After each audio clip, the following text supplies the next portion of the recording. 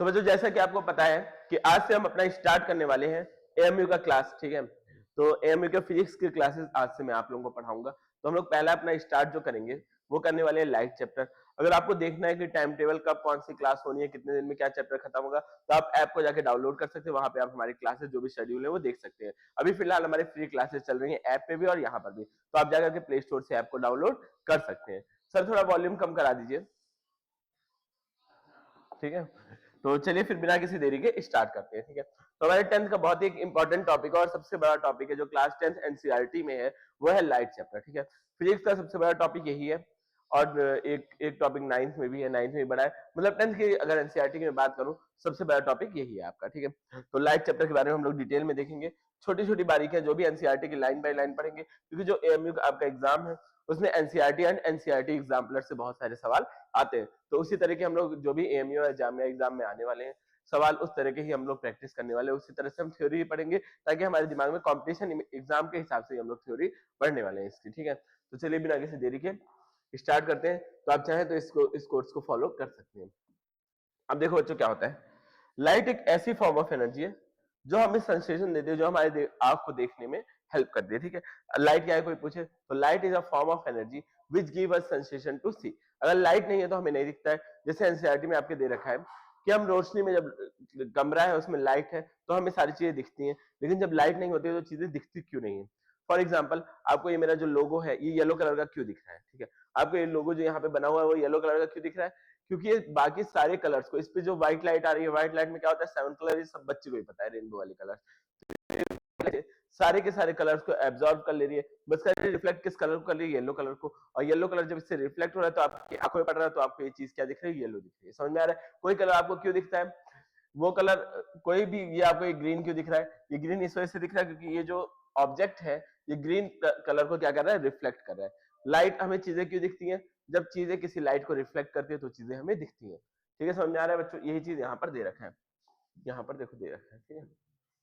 अब क्या है बच्चों, light fall on object, object reflect the light and I receive light, ठीक है। क्या होता है, जब भी लाइट पड़ती है ऑब्जेक्ट पे तो ऑब्जेक्ट को रिफ्लेक्ट करता है और रिफ्लेक्ट करके हमारी आंखों पे आता है, हमारी आंखों पे आता है तो चीजें हमें दिखना शुरू हो जाती है, ठीक है बच्चों।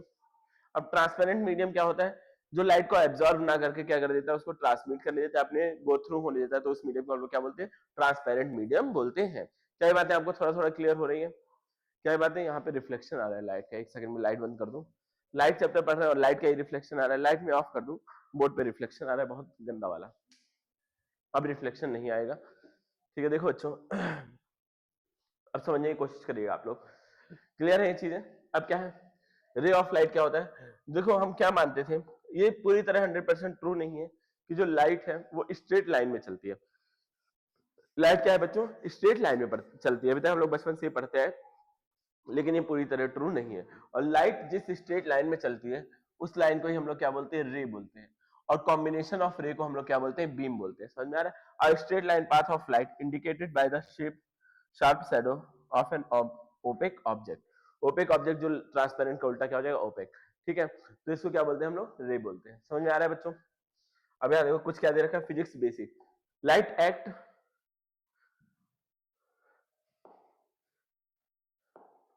ठीक है। क्या होता है बच्चों, अगर रिफ्लेक्शन नहीं होगा तो हमें चीजें नहीं दिखेंगी, अगर रिफ्लेक्शन नहीं होगा तो चीजें नहीं दिखेंगी। For example black body, black body क्या करती है, रिफ्लेक्ट करती ही नहीं चीजों को। अब ये तो क्या, जो हमारे नॉर्मल मैंने टी शर्ट पहना है ये परफेक्टली ब्लैक नहीं है, एक आता है जो एकदम परफेक्टली ब्लैक चीज होती है, वो लाइट को रिफ्लेक्ट करती ही नहीं है, और वो लाइट को रिफ्लेक्ट करती नहीं है इसलिए आपको वो चीज दिखती नहीं है। ऐसे ही एक एक्सपेरिमेंट कंडक्ट किया गया था, जो एकदम डार्केस्ट ब्लैक पेंट होता है उसको एक रूम में पेंट किया गया, ठीक है। मैं आपको बताता हूँ एक्सपेरिमेंट, यूट्यूब पे मैंने देखा था, आप भी देख लेना। अब क्या, एक रूम था, उसके सारे पार्ट को, हर एक पार्ट को, हर एक वॉल्स को क्या किया गया बच्चों, एकदम ब्लैक पेंट कर दिया गया, जो दुनिया का सबसे ब्लैकेस्ट पेंट है, जो लाइट को एकदम एब्जॉर्ब करता ही नहीं है। वो क्या करता है, मतलब रिफ्लेक्ट करता ही नहीं है। 99.9% लाइट को क्या कर लेता है, एब्जॉर्ब कर लेता है। अब जब रिफ्लेक्ट करेगा नहीं तो चीजें दिखेंगी नहीं, तो इस तरह का एक रूम बनाया गया। अब रूम बनाने के बाद रूम में लगाया गया एक बल्ब। तो बल्ब मतलब अब छोटा सा रूम है, अगर उसमें एक बल्ब लगाओ तो पूरा रूम क्या हो जाता है, जगमग हो जाता है, पूरे रूम में रोशनी हो जाती है।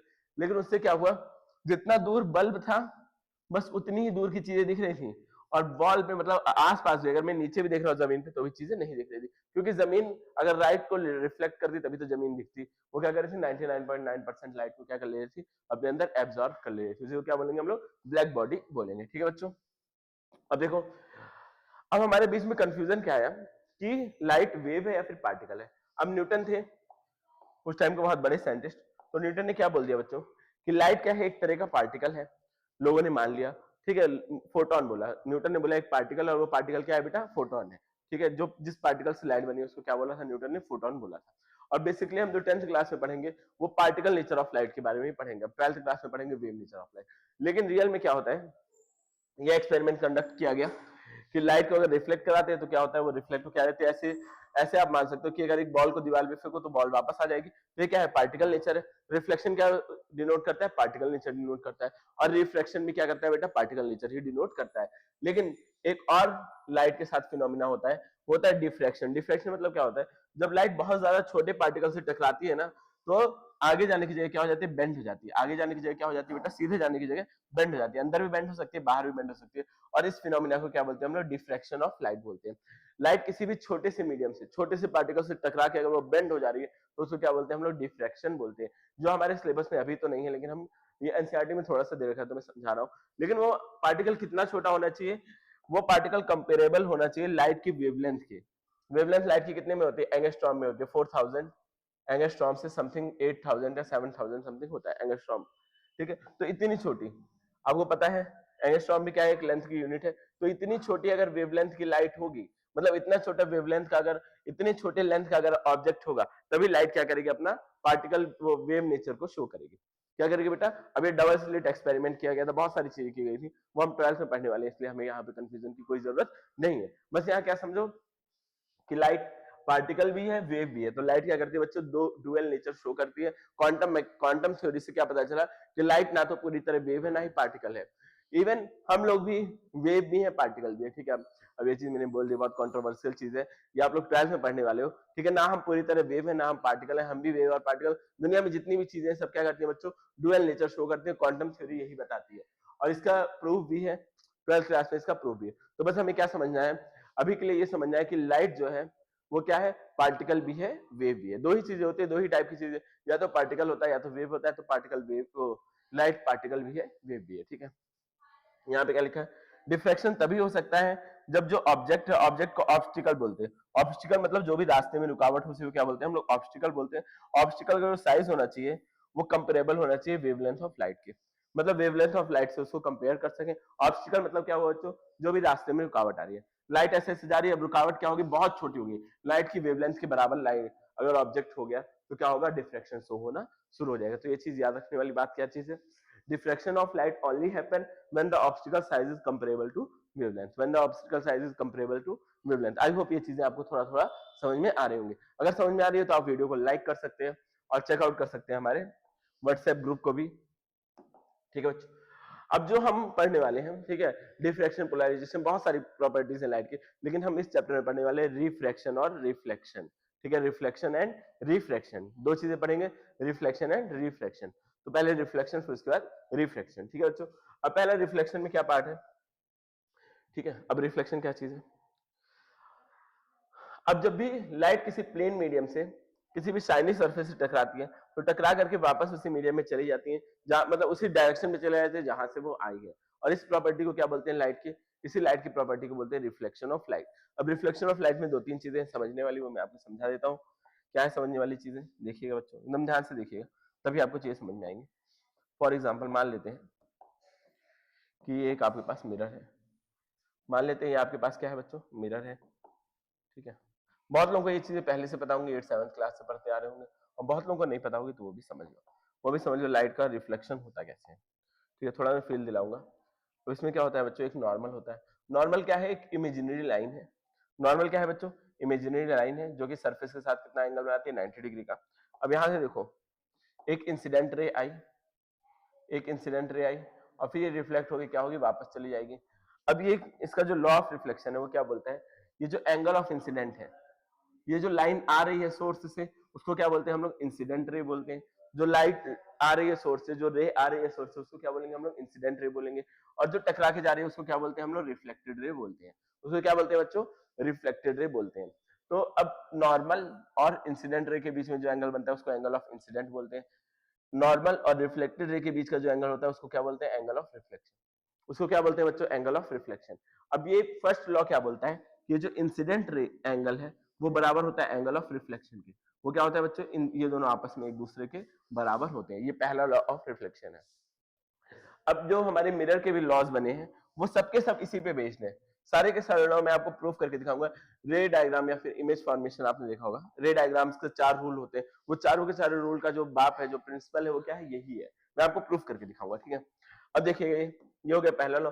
और दूसरा लॉ क्या बोलता है कि जो इंसिडेंट रे है, नॉर्मल है, इसको बोलते हैं, जहां सब मिलते हैं उसको बोलते हैं पॉइंट ऑफ इंसिडेंट। और रिफ्लेक्टेड रे सबके सब एक ही प्लेन में होते हैं। अब प्लेन में होने का क्या मतलब है? ये सबके सब देखो, इसको मैं टच करूंगा ऐसे एक ही प्लेन में सबके सब आ रहे हैं, ठीक है। तो ये सबके सब क्या होते हैं बच्चों? दूसरा लॉ क्या बोलता है?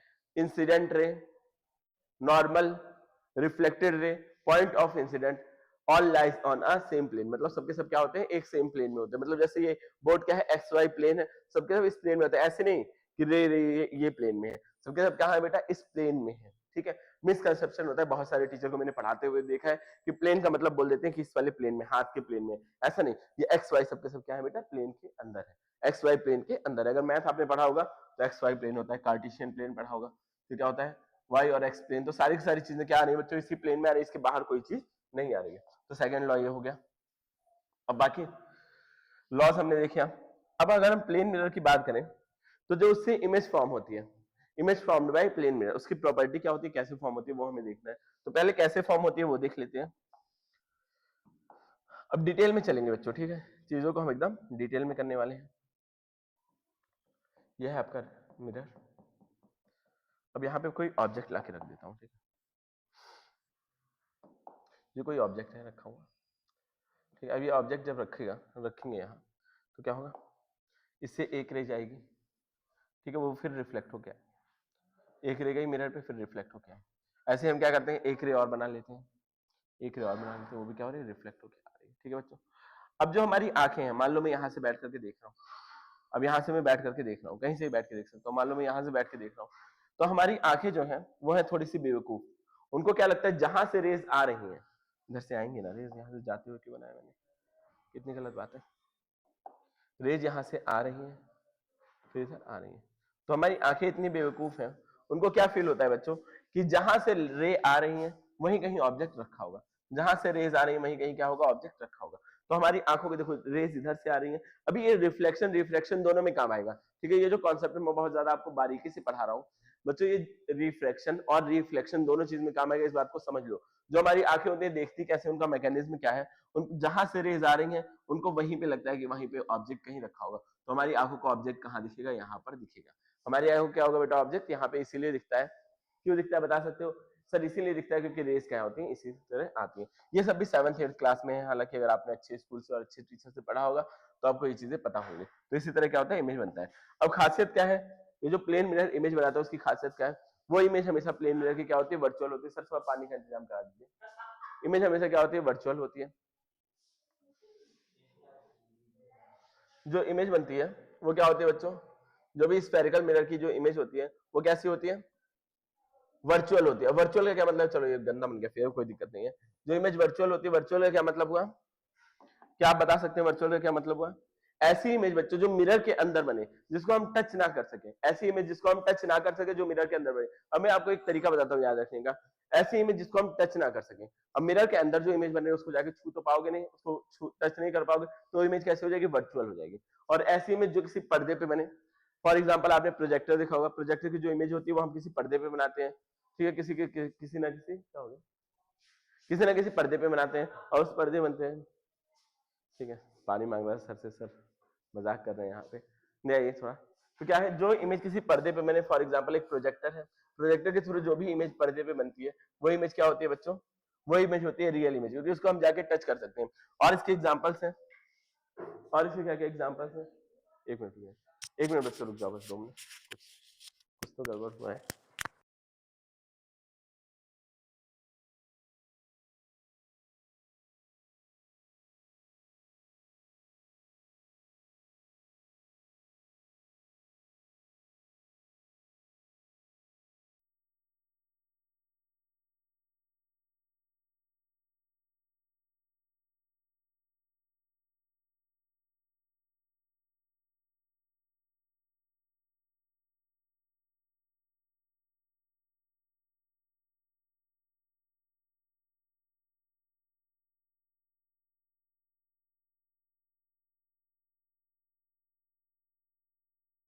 मैं क्या करना। तो ठीक है बच्चों, क्या ये बात समझ में आई आप लोगों को? रियल और वर्चुअल में डिफरेंस समझ में आया या फिर नहीं? देखिए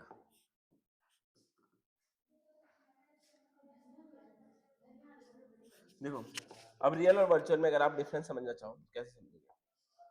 जो इमेज पर्दे पे बन रही है वो रियल इमेज, जो इमेज मिरर के अंदर बन रही है वो क्या हो जाएगी बच्चों? Virtual image. क्या ये बातें आपको समझ में आ रही है? क्या ये बातें क्लियर है? क्लियर है तो बताइएगा, ठीक है।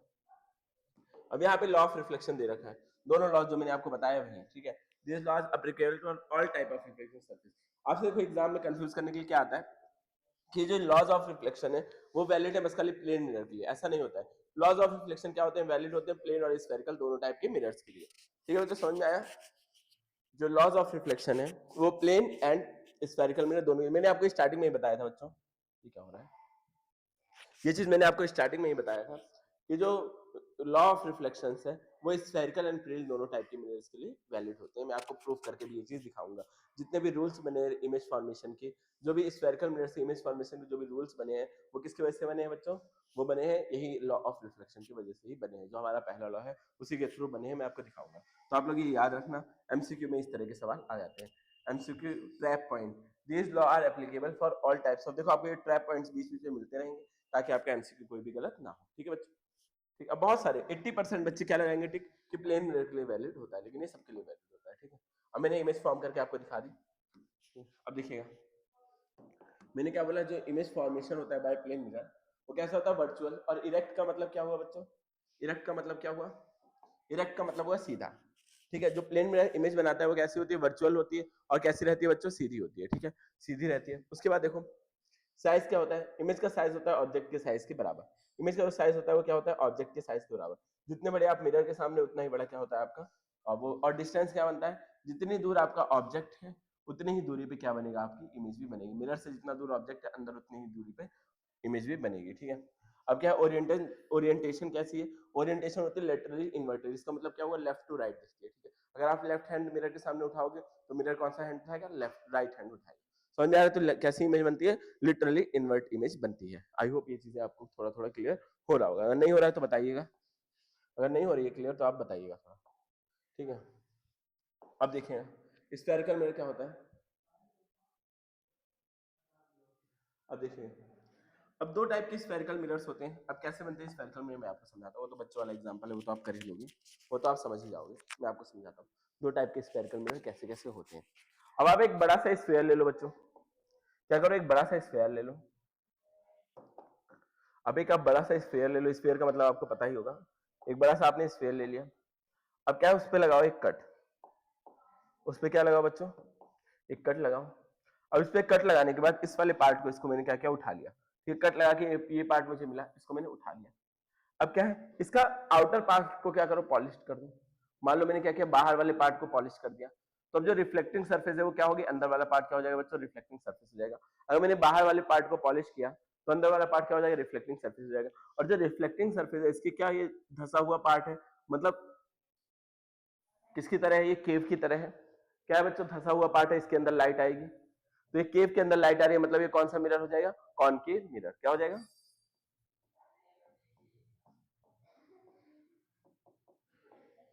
कौन सा मिरर हो जाएगा? कॉनकेव मिरर, ठीक है। समझ में आ रहा है बच्चों? अगर मैं बाहरी वाले पार्ट को पॉलिश करता हूं तो रिफ्लेक्टिंग सरफेस अंदर वाली होगी, तो ये मिरर कौन सा होगा? Concave mirror. अब मैंने इसको निकाल तो लिया है काट करके। अब चाहे मैं इधर वाला पार्ट भी पॉलिश कर सकता हूँ। क्या कर सकता हूँ बच्चों? चाहो तो बाहर वाला पार्ट, अंदर वाला पार्ट पॉलिश कर दूं। अब जब मैं अंदर वाला पार्ट पॉलिश करूंगा तो ये मिरर जो कौन सा बनेगा? ये बनेगा। अब रिफ्लेक्टिंग लाइट इधर से आएगी तो ये कौन सा मिरर बन जाएगा? कॉन्वेक्स। कौन सा मिरर बन जाएगा बच्चों? Convex mirror. अगर अंदर वाला बाहर वाला पार्ट पॉलिश है तो कॉनकेव, अंदर वाला पार्ट पॉलिश है तो कॉन्वेक्स। आई होप ये चीजें आपको कंफ्यूजन क्लियर होगा। याद रखने का तरीका है, केव की तरह जो है वो कॉनकेव, और बाहर की तरह उभरा हुआ है वो क्या है? कॉन्वेक्स। ठीक, आई होप ये चीजें आपको समझ में आ रही होंगी। अब देखिए यहीं से मैं आपको टर्म भी समझा दूं। अब ये स्फीयर है, स्फीयर का कोई क्या होगा बच्चों? सेंटर होगा। तो इसी को बोलते हैं हम लोग सेंटर ऑफ कर्वेचर। और ये स्फीयर है, इसका कोई सेंटर होगा तो इसी को क्या बोलते हैं? मिरर के सेंटर ऑफ कर्वेचर। मिरर जिस स्फीयर का पार्ट है उस स्फीयर का जो सेंटर है उसी को क्या बोलते हैं हम लोग? सेंटर ऑफ कर्वेचर बोलते हैं, ठीक है। ये बातें आपको क्लियर हो गई होंगी। उसी को क्या बोलते हैं हम लोग? सेंटर ऑफ कर्वेचर बोलते हैं। अब सेंटर से लेकर के, अब ये जो होता है बच्चों, ये जो मिरर है पूरा का पूरा, इसका जो एकदम मिड पॉइंट है, एकदम बीच वाला मिड पॉइंट है, उस मिड पॉइंट को क्या बोलते हैं हम लोग? पोल बोलते हैं। ये जो इसका मिड पॉइंट है उसे क्या बोलते हैं हम लोग? पोल बोलते हैं। अब पोल और सेंटर ऑफ कर्वेचर को जो मिलाने वाली लाइन होती है उसको बोलते हैं हम लोग प्रिंसिपल एक्सिस। प्रिंसिपल, समझ में आ रहा है कि नहीं? मैं ये बोलना चाह रहा हूं आप लोगों को कि ये जो मिरर है उसका जो ज्योमेट्रिकल सेंटर है, ज्योमेट्रिकल मतलब कोई भी ऑब्जेक्ट है, मेरे पास एक बॉटल है जो कि बीच से जल चुकी है। अब इसका जो ज्योमेट्रिकल सेंटर है, कहीं ना कहीं इसका सेंटर होगा, तो उसको क्या बोलेंगे हम लोग? उसको बोलेंगे बेटा इसका ज्योमेट्रिकल सेंटर, जो एकदम सेंटर ऑफ मास बीच का पार्ट होगा, उसको क्या बोलते हैं हम लोग? ज्योमेट्रिकल सेंटर बोलते हैं। लाइट पता नहीं क्यों बढ़ने लगी। अरे ठीक है, तो इसको क्या बोलते हैं हम लोग? जो भी मिरर का ज्योमेट्रिकल सेंटर होता है उसको पोल बोलते हैं, और मिरर जिस स्फीयर का पार्ट है उस स्फीयर का जो सेंटर है उसको क्या बोलते हैं हम लोग? Centre of curvature. अब इन दोनों के जो बीच का, इन दोनों को मिलाने वाली जो लाइन है उसी लाइन को हम लोग बोलते हैं प्रिंसिपल एक्सिस, और पोल से लेके यहां तक की जो डिस्टेंस है उसको क्या बोलते हैं? Radius of curvature. उसको क्या बोलते हैं बच्चों? Radius of curvature. जो इस कर्वेचर का, जो इस पार्ट का रेडियस है उसको क्या बोलेंगे? रेडियस ऑफ कर्वेचर बेसिकली क्या है? Radius of the sphere for which the mirror is part of. ठीक है, जिसका मिरर पार्ट है उसी को क्या बोलते हैं हम लोग? Radius of curvature. अब एक मेन कंफ्यूजन आता है, focus and focal length. Focus and focal length मैंने आपको क्या समझा, ऐसे इसका भी, इस मिरर का भी वही सारी चीजें होंगी। इस मिरर का भी सेंटर ऑफ कर्वेचर यहाँ कहीं होगा, प्रिंसिपल यहाँ कहीं होगा। ठीक है, ये हो गया प्रिंसिपल, ये हो गया सेंटर ऑफ कर्वेचर। अब देखिएगा, अब मेन बात आती है फोकस और फोकल लेंथ में। बच्चे कहाँ कंफ्यूज होते हैं, अब मैं समझाता हूँ आपको।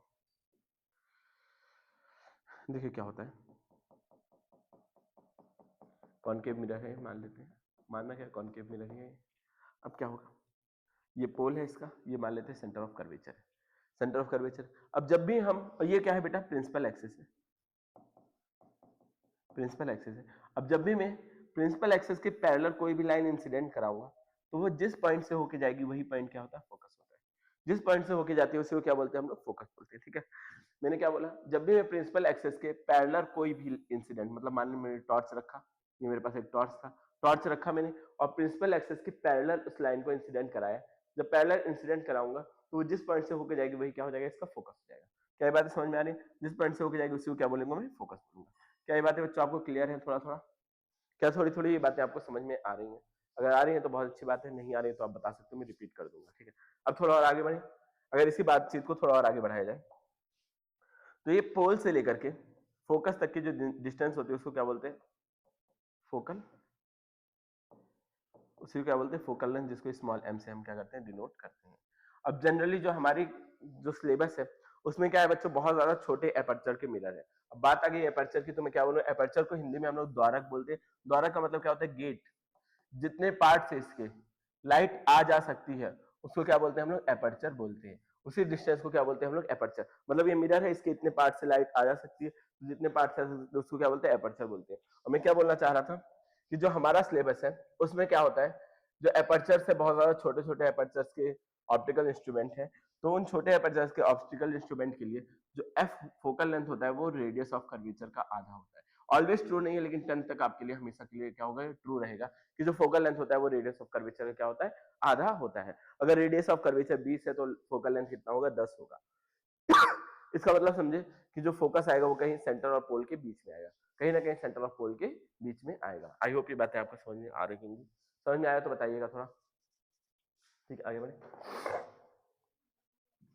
यही सारी चीजें यहाँ पर दे रखी है, कॉनकेव कॉन्वेक्स के बारे में ये सारी चीजें आपको दे रखी है। ठीक है, क्लासिफिकेशन ऑफ मिरर यहीं पे दिया हुआ है। ठीक है बच्चों, प्रिंसिपल दे रखा है, सारी चीजें आपको, नोट्स आपको मिल जाएंगे पूरे के पूरे। ऐप पे जाओगे, आपको ऐप पे सारे के सारे नोट्स आपको मिल जाएंगे, और भी फ्री में अवेलेबल है। तो लिंक में डाल दूंगा ऐप के, आप डाउनलोड कर लीजिएगा। और अगर आपको पेड बैच चाहिए तो आपको नंबर दिख रहा होगा स्क्रीन पर, उस पर आप कांटेक्ट कर सकते हैं। ठीक है, एमए का सिलेबस स्टार्ट हो चुका है यार। अब अगर हम बात करें साइन कन्वेंशन की, ठीक है, पहले सारी चीजें सीधी सीधी कर दूं मैं, सारी चीजें सीधी सीधी कर दूं। ठीक है बच्चों, अब मैं बात करूं साइन कन्वेंशन के। तो कन्वेंशन का मतलब क्या होता है? जो अपनी सहूलियत के लिए चीजें की जाए, जो अपनी सहूलियत के लिए चीजें की जाए उसे क्या बोलते हैं हम लोग? कन्वेंशन बोलते हैं। अब देखो, बहुत सारे लोग, मैं आपको मिस्टेक भी बताता हूँ क्या होती है, कि बहुत सारे टीचर्स या बहुत सारे स्टूडेंट ये मान लेते हैं कि जितनी भी डिस्टेंस इधर है, कार्टेशियन प्लेन में जितनी भी चीज इधर है पॉजिटिव, इधर वाली नेगेटिव, ऊपर वाली पॉजिटिव, नीचे वाली नेगेटिव। बहुत सारे लोग ये मान लेते हैं, ठीक है, लेकिन रियल में क्या होता है, वेकअप टू रियलिटी। रियल में क्या होता है बच्चों, देखो क्या होता है, मान लो ये कॉनकेव मिरर है, मान लो ये कॉनकेव मिरर है। अब इसमें क्या हो रहा है, लाइट इस डायरेक्शन में आ रही है, तो इस तरफ ये पोल जो होता है, पोल को ही हम लोग ओरिजिन बोलते हैं। जो पोल होता है मिरर का, उसी को क्या बोलते हैं हम लोग, ओरिजिन बोलते हैं। यहीं से हम सारी डिस्टेंस मेजर करते हैं। पहला रूल तो ये है, साइन कन्वेंशन का पहला रूल क्या है, all the distance will be measure from pole. अब देखना, जब लाइट इधर आ रही है तो पोल के इधर जितनी भी चीजें हैं वो क्या हो जाएंगे, पॉजिटिव। लाइट हमारी कहां जा रही है, लेफ्ट हैंड डायरेक्शन में जा रही है, तो लेफ्ट हैंड डायरेक्शन में जितना भी ये पोल को हम बना लेंगे कार्टेशियन प्लेन ऐसे, तो इधर सारी चीजें क्या हो जाएंगी, पॉजिटिव। जान के मैंने उल्टा बना रहा हूं ताकि आपका मिसकंसेप्शन दूर हो जाए। तो जो भी जिस डायरेक्शन में लाइट आ रही है, पोल के उस तरफ की सारी चीजें नेगेटिव, और इधर की मतलब पॉजिटिव, और इधर की सारी चीजें क्या हो जाएंगी, नेगेटिव हो जाएंगी। और ऊपर तो आपका सही है, ऊपर जो भी चीजें वो पॉजिटिव और नीचे जो भी चीजें वो नेगेटिव। समझे कि नहीं, समझे कि नहीं बच्चों। ये मैं बोलना चाह रहा हूं कि जो भी चीजें जहां लाइट जा रही है उस डायरेक्शन में सारी चीजें पॉजिटिव होती है। उस डायरेक्शन में मतलब इस तरफ पोल के उधर उस डायरेक्शन में सारी चीजें क्या होंगी, पॉजिटिव होंगी। अब एक आध बार आपको करके दिखा देता हूँ। फॉर एग्जाम्पल कॉनकेव मिरर बनाते हैं ना पहले, ठीक है, ये मैंने बना दिया कॉनकेव मिरर। ये हो गया पोल। अब लाइट अगर इधर से आ रही है, जाहिर सी बात है कॉनकेव मिरर में लाइट हमेशा इधर ही से आएगी, उधर से आके लाइट क्या ही उखाड़ लेगी। इधर से आ रही है तो क्या होगा बेटा, पोल के इधर की सारी चीजें, पोल के बाद जितनी चीजें होंगी वो इधर तरफ क्या होगा, पॉजिटिव, और इस तरफ सारी चीजें क्या होंगी बेटा, नेगेटिव। इस तरफ सारी चीजें क्या होंगी, नेगेटिव। अब क्या क्या चीजें होती है वो मैं अभी आपको समझाऊंगा, पहले पॉजिटिव नेगेटिव समझ लो, पहले पॉजिटिव नेगेटिव समझ लो। समझ में आया कि नहीं, बोलो जरा।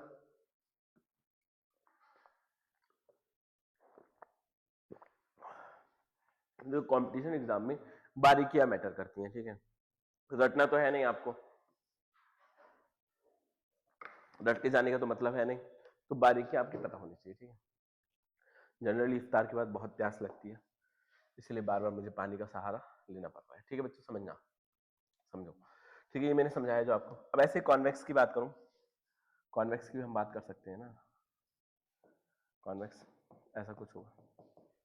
अब लाइट इसकी इधर आएगी तो इस तरफ पोल के इधर सारी चीजें क्या हो जाएंगी, पॉजिटिव, और पोल के इस तरफ क्या हो जाएंगी, सारी चीजें नेगेटिव। सारी चीजें क्या हो जाएंगी बच्चों, नेगेटिव। ये बातें आपको समझ में आई।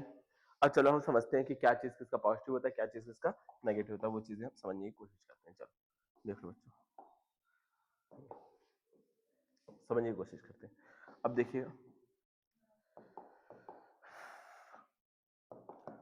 देखना अभी क्या होता है, मैंने क्या बताया था, ये मान लो कोई भी मिरर हो, कोई भी मिरर हो ए टू जी, तो इसका सेंटर ऑफ कर्वेचर तो इधर ही होगा, पोल इधर होगा, और फोकस इन दोनों के बीच में कहीं होता है तो यहाँ कहीं होगा, ठीक है। कोई भी मिरर हो, मैंने शेड नहीं किया है, मिरर में डिफ्रेंशिएट नहीं किया है, होगा तो इधर ही, चाहे कॉनकेव हो चाहे कॉन्वेक्स हो, होना इधर ही है, ठीक है। दोनों मिरर मैंने बना दिए। अब अगर मैं मिरर को इस तरफ पेंट कर दूं, अगर मिरर को इस तरफ पेंट करूं तो क्या बन जाएगा, कॉनकेव मिरर बन जाएगा। अब कॉनकेव मिरर में जो भी लाइट आएंगी वो इस डायरेक्शन में आएगी, कॉनकेव मिरर में जो भी लाइट आएगी इस डायरेक्शन में आएगी। जब इस डायरेक्शन में लाइट आएगी तो पोल के इधर की सारी चीजें क्या होंगी, पॉजिटिव होंगी, और इस तरफ की चीजें क्या होंगी बेटा, नेगेटिव। इस तरफ की सारी चीजें पॉजिटिव और इधर की सारी चीजें क्या होंगी, नेगेटिव। समझ में आ रहा है कि नहीं, समझ में आ रहा है बच्चों की नहीं। अरे लाइट इधर जा रही है तो पोल के इधर की सारी चीजें नेगेटिव और इधर की सारी चीजें पॉजिटिव। तो इसका जो भी होगा रेडियस ऑफ कर्वेचर, जो भी इसका रेडियस आएगा वो क्या आएगा बच्चों, ऑलवेज नेगेटिव में आएगा। अब रेडियस नेगेटिव, फोकस भी इसी तरफ है, अरे फोकल लेंथ भी तो इसी तरफ होगी, पोल से फोकस की दूरी फोकल लेंथ होती है, तो लेंथ क्या होगी, इस तरफ होगी, तो ये फोकल लेंथ भी क्या आएगी बच्चों, इसकी नेगेटिव आएगी, फोकल लेंथ नेगेटिव आएगी। और ऑब्जेक्ट कोई रखेंगे तो मिरर के सामने रखते हो तो यहाँ कहीं ऑब्जेक्ट रखेंगे, और ऑब्जेक्ट की पोल से जो डिस्टेंस होती है, ऑब्जेक्ट की जो पोल से डिस्टेंस होती है उसको क्या बोलते हैं हम लोग, यू से नोट करते हैं, तो यू भी क्या होगा, इसका नेगेटिव होगा।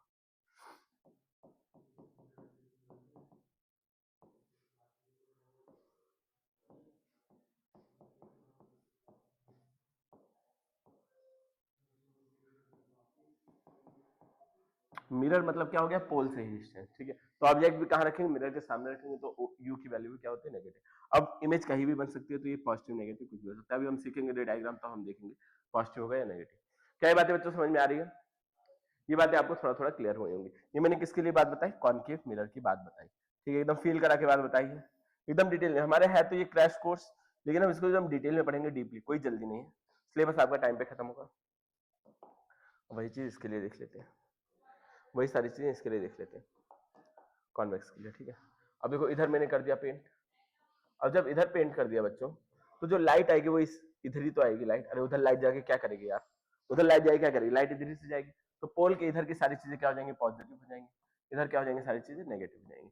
तो अब देखो रेडियस किधर है, इसी डायरेक्शन में, तो इसका जो रेडियस होगा वो क्या होगा बेटा, पॉजिटिव होगा। अब फोकस भी इधर ही है, पॉजिटिव डायरेक्शन में, तो फोकस भी क्या होगा, पॉजिटिव होगा।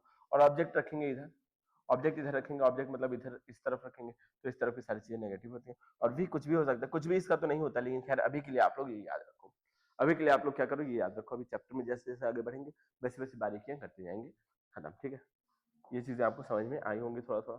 रेडियस ऑफ कर्वेचर समझा चुका हूँ। अब देखो कॉनकेव मिरर की एक एक्टिविटी है, वो दे रखा है। अब यहाँ पे कोई थिंकिंग बॉक्स है तो मैं आपको समझा दूं, इस तरफ कोई भी थिंकिंग बॉक्स नहीं था, ठीक है। अब देखो,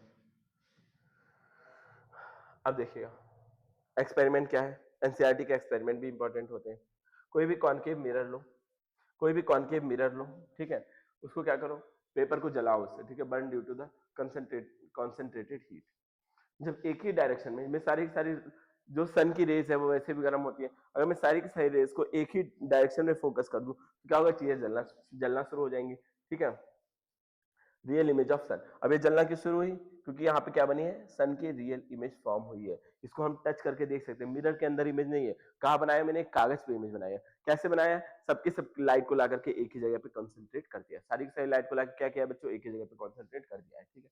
अब the distance from the mirror is burned spot is approximately focal length. मैंने क्या बताया था, जब भी पैरेलल रेज आती है, अब सूरज से क्या आएंगे, सबके सब पैरेलल रेज आएंगी, तो एक ही पॉइंट पे आकर के मिलेंगी, और जिस पॉइंट पे आके मिलती है वो क्या होता है, फोकल लेंथ होता है। तो जब मिरर से क्या होगा, आप कहीं पे पेपर रख लोगे नहीं जलना शुरू होगा, हमें पेपर को एडजस्ट करना पड़ेगा, और पेपर को एडजस्ट करके जहां पर लाएंगे, जहां पे वो जलना शुरू हो जाएगा वो अप्रोक्सीमेटली क्या होगी, फोकस के बराबर होगी। मैंने क्या बोला अभी, कॉनकेव मिरर है, कॉनकेव मिरर है, उससे अगर सन से जो भी रेज आ रही है, बहुत दूर से इन्फिनिटी से जो भी रेज आती है वो पैरेलल ही आती है प्रिंसिपल एक्सेस के, तो क्या होगी, फोकस है, कई सारी रेज आएंगी फोकस पे मिलेगी। तो ये जो यहाँ पर क्या होगा, कई सारी रेज कॉन्सेंट्रेटेड हो जाएंगी, तो यहाँ पे क्या होगी, हीट जनरेट होगी, और जिसकी वजह से पेपर जल जाएगा। तो लगभग जहाँ पे पेपर जलना शुरू होगा वो अप्रोक्सीमेटली किसके बराबर होगी, फोकल लेंथ के बराबर होगी। ये मैंने बात बोली, क्या ये बातें आपको समझ में आ रही है, क्या ये बातें बच्चों आपको समझ में आ रही है। ऐसे आपको रेगुलर लेक्चर्स मिलेंगे, ठीक है, तो परेशान होने वाली कोई भी बात नहीं है, ठीक है। अब प्रिंसिपल फोकस क्या होता है, जहाँ पे सारी रेज मिलती है पैरेलल, ये मैंने आपको समझा दिया, ठीक है। नेचर क्या होता है, कन्वर्जिंग मिरर, जो भी कन्वर्ज, अब देखो जो कॉनकेव मिरर होता है उसको हम लोग बोलते हैं कन्वर्जिंग, कन्वर्जिंग मतलब वो लाइट्स को एक ही तरफ, कन्वर्जिंग डाइवर्जिंग में अंतर समझा दो पहले। कॉनकेव मिरर क्या करता है, जो भी लाइट पैरेलल आती है उनको एक पॉइंट पे लाता है, जो भी लाइट पैरेलल आती है एक पॉइंट पे लाता है। और ये वाला मिरर क्या करता है, डाइवर्जिंग है, जब भी लाइट इससे टकराएगी उसको क्या करेगा, दूर भेज देगा, दूर भेज देगा। तो एक ये इसको बोलते हैं कॉनकेव को बोलते हैं कन्वर्जिंग, कॉन्वेक्स को बोलते हैं डाइवर्जिंग। तो जो भी कॉनकेव मिरर होता है उसका जो फोकस होता है वो क्या होता है, रियल होता है, वो क्या होता है, मिरर के बाहर होता है, रियल होता है। लेकिन जो डाइवर्जिंग मिरर होगा, जो भी डाइवर्जिंग मिरर होगा उसका फोकस क्या होगा, इसके अंदर होगा, तो वो वर्चुअल फोकस होगा। कैसा फोकस होगा बच्चों, वर्चुअल फोकस होगा। डाइवर्जिंग मिरर का क्या होता है, वर्चुअल फोकस होता है, ठीक है बच्चों। अब देखो फैला तो ये दूर रही है, फैला तो ये दूर रही है, लेकिन at the end of the day क्या होगा, ये दूर तो फैला रही है, लेकिन हमारी आंखें, हमारी आंखों को क्या लगता है, जहां से रेज आ रही है वहीं कहीं पे क्या होगा, ऑब्जेक्ट भी रखा होगा, तो at the end of the day virtual image यहाँ पर बन जाती है। जो भी चीज आती है उसकी, जैसे मिरर हमारी इमेज बनाता है उसी तरह अब इमेज फॉर्मेशन में हम इसको डिटेल में पढ़ने वाले हैं, ठीक है। इमेज फॉर्मेशन में क्या करेंगे बच्चों, इसको डिटेल में देखेंगे। तो आई होप ये चीजें आपको समझ में आ रही होंगी। ये सब मैंने समझा दिया, ये सब मैंने समझा दिया, ये सब मैं आपको भेज दूंगा, ठीक है। ये सारी चीज आपको नोट्स आपके ग्रुप में चला जाएगा। अब नेक्स्ट वीडियो में हम लोग देखेंगे कि रूल्स ऑफ इमेज फॉर्मेशन, और उसके बाद हम लोग देखेंगे रे डायग्राम वगैरह बनाना, धीरे धीरे सीखेंगे। तो आप लोग जरूर बताइएगा कमेंट सेक्शन में कि आपको ये वीडियो कैसा लगा, चीजें समझ में आ रही है तो बताइएगा, और आप कांटेक्ट करके व्हाट्सएप ग्रुप में ज्वाइन हो सकते हैं, जिससे आपको डेली जो भी लाइव क्लास होगी उसका अपडेट आपको मिलता रहेगा। तो मिलते हैं बच्चों नेक्स्ट वीडियो में। Thank you for watching.